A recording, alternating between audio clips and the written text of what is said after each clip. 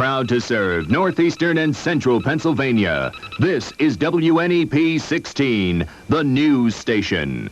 Now, Nolan Johannes, Karen Harch, Chief Meteorologist Tom Clark with his backyard forecast, and Joe Zone on sports.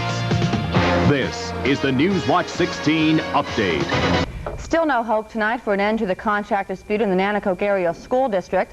3 new members of the Nanticoke School Board were sworn in tonight, but the new members admit it will be difficult to end the almost 2-year-old dispute with the teachers. One of those leaving the school board is President Al Zetkowski, and he says he doesn't think the ongoing contract dispute will overshadow the board's accomplishments. But Zetkowski says he's sorry the dispute hasn't been settled and that kids in Nanticoke still don't know when classes might be called off because of the teacher selective strikes.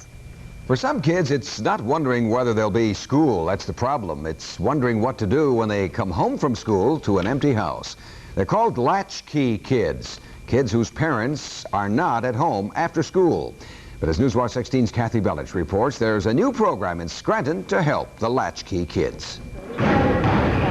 Someone to catch you when you fall. Someone to help you stand tall, even if it is on your head. That's what these children are getting after school at Scranton's YWCA, and it's something that some of them did not have before. I used to walk home and watch TV, and if I ever get sick, my mother, I have to call her. Did you ever have any problems? No. No. But were you kind of scared sometimes? How did you feel about being home by yourself? Sometimes it was scared. 7-year-old Tony Bazzelli is one of 8 children from Scranton's South Side who have joined the Latchkey program, a program for kids who come home to empty houses. The kids will learn gymnastics and other things here at the Y, and they'll even have homework sessions while they wait for their parents to pick them up. Oh, I feel like she's a lot more safer and everything. I had a neighbor keep an eye on her until her older sisters came home from school, and this way I don't have to worry about her. The program is aimed at taking care of kids near the Y on the city's south side first, and then possibly branching out. Coordinator Becky Toomey says she hopes parents will come forward and ask for help. It's not a matter of if they have been alone up until now. It's what they're going to do from now on, and to be supervised versus being alone. After one day on the program, what do these children have to say to any parents who might have problems supervising their children after school? Well, they all highly recommend the Latchkey program, right? Yes, you do. Kathi Belich, Newswatch 16, Scranton. Coming up, toasting the end to Prohibition. Plus, we'll meet a man who got some good news and some bad news today. He's out of work, but in the money. And we'll tell you why as Newswatch 16 update continues.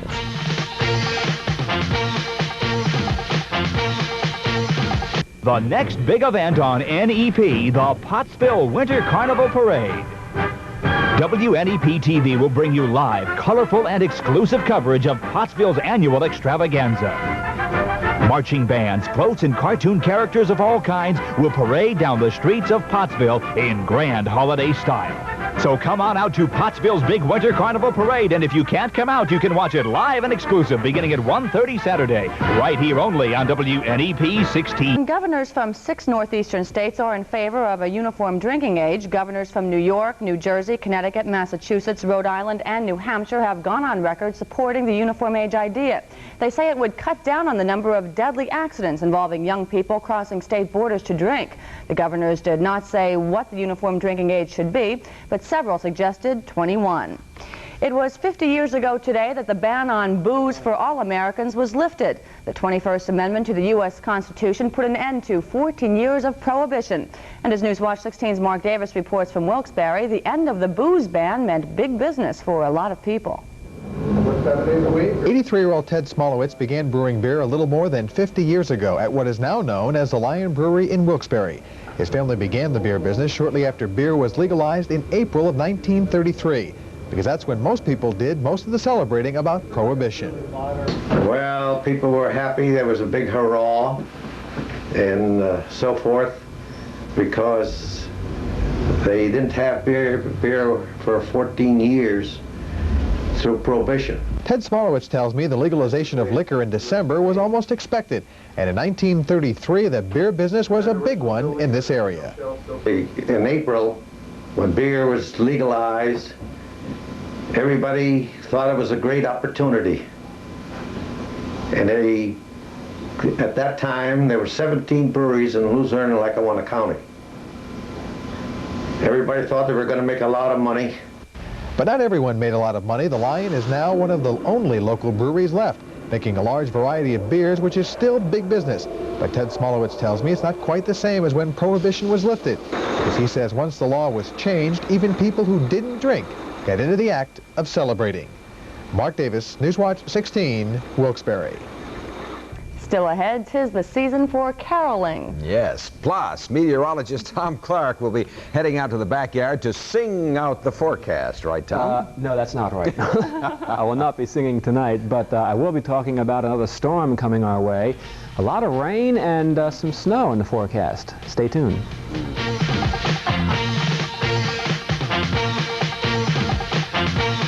Come up to the wheelhouse. You want me? It's a California fishing adventure on the high seas. Hand overboard! Hand overboard! Stop the engine! All right, what do you want, a medal? Don't miss Chabasco, tomorrow's $16,000 movie at 4, right here only on wnep-tv 16. People who ride the Colts buses in Lackawanna County are being asked to help spread a little holiday cheer. Colts is putting boxes in the front of its buses so its riders can drop canned or dried packaged food inside. The food will be distributed to needy families by Catholic Social Services before Christmas. To kick off an NEP holiday project, we held a mass Christmas caroling extravaganza tonight. Over 2,000 Boy and Girl Scouts from all over northeastern and central Pennsylvania gathered here at the Wilkes-Barre Memorial Stadium. The Newswatch 16 team and other NEP members were on hand to lead the crowd in Christmas carols. These youngsters in smaller groups will be taking part in Channel 16's Send a Carol. They'll be singing and bringing cheer to people who are usually alone during the holiday season. That was a lot of fun. You've got a nice voice too, Carol. Oh, I think I'm hoarse from singing too much. But I want to tell you something. Tom did not wear his hat tonight out at that football field. How come, Tom? Well, I just forgot it, Nolan. Yeah, forgot it. Forgot it. I can sing better without a hat. Actually, you know that? Yeah. It wasn't bad out there, though. Nolan, you sounded pretty good, too, by the way. Is that right? Thanks. Yeah. Blended in nicely with all those voices out there. Hey, we had a lot of fun. It was wet on the field at Myers Stadium, and it's very wet in this backyard now. The ground is just about saturated with over a half-inch of rain that we had yesterday, and more rain is on the way for tomorrow, and some of that rain will be heavy. Now, the Newswatch 16 Holiday House series has begun, whereby each night we show some of the best in-home Christmas decorations from across the area. And tonight we have a house for you from Nanticoke. And let's get to that right now. It has a lot of colored lights on it, as you can see. That man's electric bill up a little bit higher tonight. Jack and Sandy Dudrick live in that house there, 535 East Union Street in Nanticoke. And they have the Christmas spirit this year as well. Take a look at all those lights. Now, the temperature outside now in this backyard hasn't changed since 6 o'clock. 40 degrees. The humidity is 88%, the wind south at 3, and the barometer is falling 30.02 inches. That barometer will get quite low by late in the day tomorrow. There's your high today, near normal. The low this morning, 35. Records, 65 and 4 above back in 1926. A look at that Newswatch 16 color satellite photograph. Thunderstorms and a few tornadoes showed up on the radar tonight down in the Gulf Coast area. As you can see down that way, a lot of heavy rain and some snow now falling across Michigan. And they could see up to 9 to 10 inches of snow by noon tomorrow up in this part of the country. Why? Because of a storm system now developing down over Louisiana that's heading right up towards Pennsylvania. It will try to circulate some very warm 60-degree air into Pennsylvania tomorrow, but that air won't quite make it. But as it tries to force its way northward, clouds will thicken and the rain will fall here tomorrow, beginning by the mid-morning hours and then continuing right through most of the afternoon. But that storm system will track up into New England because the jet stream winds look like this as we go to the computer graphic. They're dipping down. Look at this, way down over Texas tonight. Then they curve right up towards New England, and that's the path that storm will track tomorrow as it spreads rain across the area. But by the time the storm gets north of Pennsylvania by about 6 and 7 o'clock tomorrow night, cold air will begin to work its way in across the state, some of this cold air out this way, and some of that rain could change to a little bit of light snow tomorrow night. Now here's the forecast for the balance of this night. Cloudy, some spotty drizzle out there, and some fog in the mountains. About 36 below in Holmesdale tonight, 35 in Troy, 38 in Benton, 36 in Hazleton, and about 41 down in Lewisburg for the low tonight. Temperatures just about steady from where they are now to tomorrow morning. Rain moving in between about 7 and 10 a.m. As I see it now, it'll continue most of the afternoon, and the wind will pick up as well out of the south-southeast at 20 miles per hour. The fog will thicken over the mountains as the rain continues. Temperatures tomorrow getting up into the 40s. Look at that, 48 in Palmerton, 48 in Bloomsburg, and about 47 in Exeter for the high tomorrow. But low barometric pressures and high humidity. Look at the Health Watch. You're going to have to do everything in your power to think positive tomorrow. Okay, with that concentration index low and your resistance to aches and pains low as well. Cloudy tonight, the fog coming in. The rain may change to a little bit of snow tomorrow night. Could be very icy Wednesday morning when there will be some windy conditions. 33 for the high on Wednesday. Some snow flurries in the wind. Thursday looks okay. More rain or snow possible by about Friday. But there could be a little bit of minor flooding late tomorrow with some of that heavy rain because the ground is so much saturated now, so we'll keep an eye on it. Okay, forewarned is forearmed or something like that. Thank you, Tom. Thanks. Some customers of Blue Cross of Lehigh Valley will have to pay more for their health insurance. The State Insurance Commission has given Blue Cross of Lehigh Valley the okay to raise its rates for small group subscribers by $4.54 a month. Non-group subscribers will pay about $5.32 more a month for Blue Cross coverage in Lehigh Valley. Coming up, he's laid off but lucky, very lucky. Plus, baseball's winter meetings get underway and some local college basketball action. Joe Zone in the 16 Sports Screen next. Happy Hanukkah from WNEP 16. In your car, listen to Newswatch 16 on WKRZ AM 1340. A panel of experts has come up with a list of the world's leading lips. Yes, that's right. The Beautiful Lips list is out. Among those ranked, British Prime Minister Margaret Thatcher with the stiffest upper lip. First Lady Nancy Reagan has the honor of having the presidentially sealed lips. Actress Carrie Fisher, who recently married singer Paul Simon, has the most Simonized lips. And third baseman George Brett of the Kansas City Royals will never forget his controversial pine tar incident. He's been awarded the stickiest lips. Now, I thought I'd remain tight-lipped about this, but Joe Zone's frustrated fans have given him the title, most likely to get a fat lip. By golly, and I think we caught Zone that time. I think we did.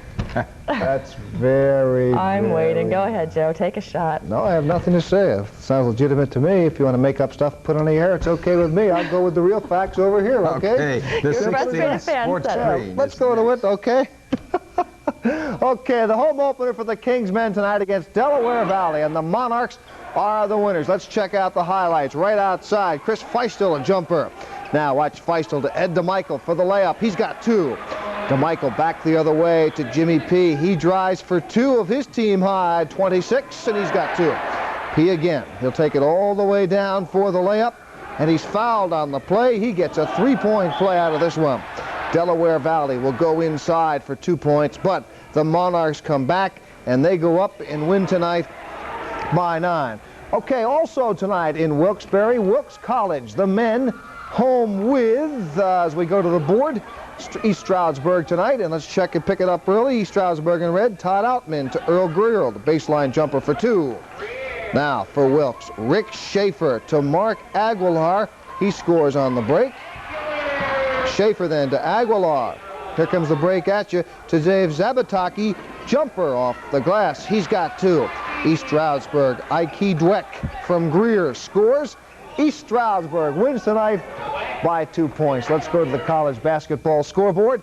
Kings over Delaware Valley, 88-79. East Stroudsburg beat Wilkes, 77-55. Elsewhere, Keystone Junior College girls beat Luzerne County Community College, lots of C's. The final there was 80-74. East Stroudsburg Gals over Lady Monarchs, 102-79. 68. More basketball tonight as we check high school basketball. Sacred Heart beat Bishop Hannon 64-62. Bishop Hoban 69, Myers 43. Elsewhere, Hanover area over Bishop O'Reilly. Freeland beat Wyoming Seminary. Seton Catholic beat Mountain View 66-61. Honesdale over Wallen-Paupack 78-42. Valley View beat Lackawanna Trail 78-46. Pro football season is winding down, but the boys in the bar just getting fired up. Tim Karlson ought to know. Well, here we are ready to do Boys at the Bar at the locker room in Kingston, and you know what? I got a feeling I'm going to need this thing before the night's over. Pro football, who's going to go to the Super Bowl? Miami Dolphins all the way. Why? Because that's my team. Marino's hurt. He'll be all right in a couple of weeks. They're in now. They're in the playoffs. I would have to say the Redskins. All the way? Probably. I don't see too many teams better than them in the league right now. Their biggest competition, of course, is going to be Dallas. Hey, what do you think about Berwick being #1 in the country? Terrific. What do you think was their biggest asset this year? Speed. When it came down to the local boys, George was one of the boys originally from Larksville here. We had to go for Berwick. How do you feel about a high school team being rated #1 in the nation? And, you know, I mean, these are kids playing a sport like that. How do you feel about that kind of thing?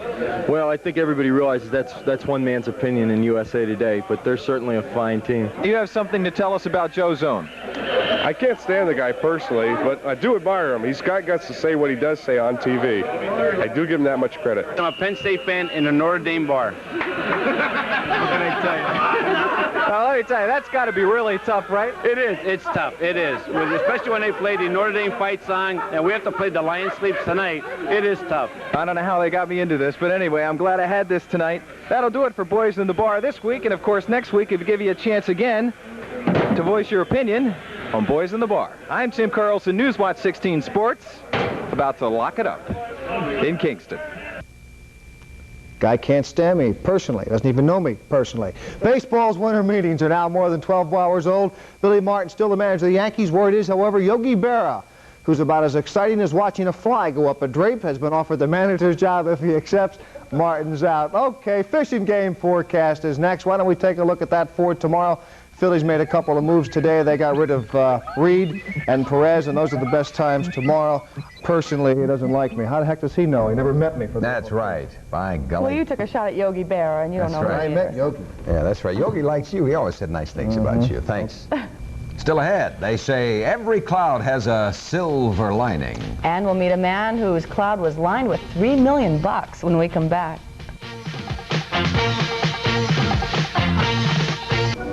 A holiday party, magic dolls, dancing snowflakes, and visions of sugar plums.